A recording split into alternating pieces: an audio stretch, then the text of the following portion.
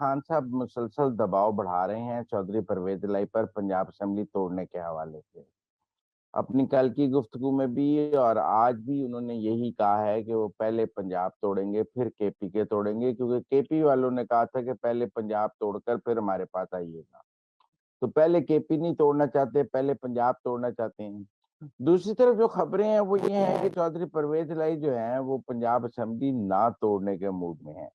उनके ख्याल में किसी तरह ये मामला टल जाए और उन्हें असेंबली ना तोड़नी पड़े। ताहम अगर तो इमरान खान और फवाद चौधरी के जो बयानात हैं जिनमें डेडलाइंस मौजूद हैं कि 15 से 20 दिसंबर, 20 से 25 दिसंबर तक वो पंजाब असेंबली तोड़ देंगे, तो फिर चौधरी परवेज इलाही को अपनी वजारत आला और पंजाब असेंबली बचाने के लिए शिफ्ट मारना है। वो शिफ्ट मारने के लिए जो सीबीएम हैं वो जारी हैं। एक सुनीत ये भी है कि संडे को परवेज इलाही और इसहाक डार की लाहौर में मुलाकात हो गई है, जबकि इसहाक डार और प्राइम मिनिस्टर गवर्नर को भी मिले हैं। तो इसलिए परवेज इलाही साहब के लिए पास ऑप्शन तो फिर पीडीएम ही है। लेकिन उसमें क्या फॉर्मूला है, क्या सूरत हाल है, अब तक तो यही है कि पीडीएम को परवेज इलाही को वजीर आला बरकरार रखना पड़ेगा और बाकी शेयर ऑफ पावर होगा। पंजाब में स्पीकर और डिप्टी स्पीकर चेंज हो सकते हैं, लेकिन परवेज इलाही कभी पंजाब असेंबली तोड़ेंगे नहीं। उनके पास पंजाब असेंबली तोड़ने के बाद दोबारा वजीर आला बनने में उन्हें 14 साल लगे हैं और फिर अगले 14 साल क्या इंतजार हो। फिर इमरान खान और उनके दरमियान आजकल कोई अच्छे ताल्लुकात की खबरें भी नहीं आ रही। निजी महफिलों में इमरान खान साहब ने उनके खिलाफ बात करना शुरू कर दी है, उनके इंटरव्यूज के बारे में, उनकी लाइन के बारे में। तो इसलिए एक अमूमी राय तो यही पंजाब से इतलात है मेरे लिए आपके पास कि पंजाब असेंबली नहीं टूटेगी, सत्ते खैरा हैं।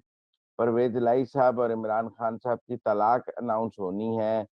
झगड़े शुरू हो गए हैं मियाँ बीवी में, और कब ये तलाक होती है, 15 से 20 में होती है, 20 से 25 दिसंबर में होती है, लेकिन सुनीत यही है कि दिसंबर में तलाक भी हो जाएगी। तो लेकिन सोरबती साहब, ये कहा जाता है कि मुनीस इलाही जो है वो उनका झुकाव पीटीआई की तरफ है, उसके बारे में आप क्या कहेंगे?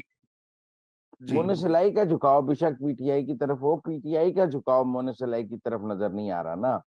ये झुकाव दो तरफा होगा तो मामला चलेगा। ये सियासत में एक तरफा मोहब्बत जो है वो सिर्फ वर्कर की होती है।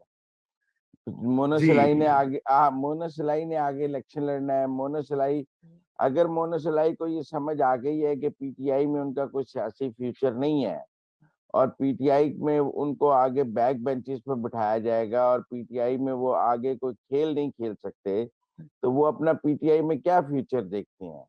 और जबकि अगर अगले इलेक्शन में सूरत हाल ये बन रही हो कि गुजरात से पीटीआई ने भी उनके मुकाबले पर टिकट दे दिया किसी को और नून ने भी दे दिया और उन्होंने आजाद लड़ना है, तो फिर वो कोई एक टिकट तो पक्का करने की कोशिश करेंगे, क्योंकि आपने कितना भी हल्के में काम किया हो, जब पोलराइज्ड इलेक्शन हो रहा हो तो आजाद उम्मीदवार के लिए कम होता है। और पूरे पंजाब से आपने देखा 5, 7, 10 से ज्यादा आजाद नहीं जीतते हैं। वो भी वो होते हैं जिन्हें एस्टेब्लिशमेंट ने स्क्रिप्ट के तहत जिताया होता है अपनी किसी खेल के लिए।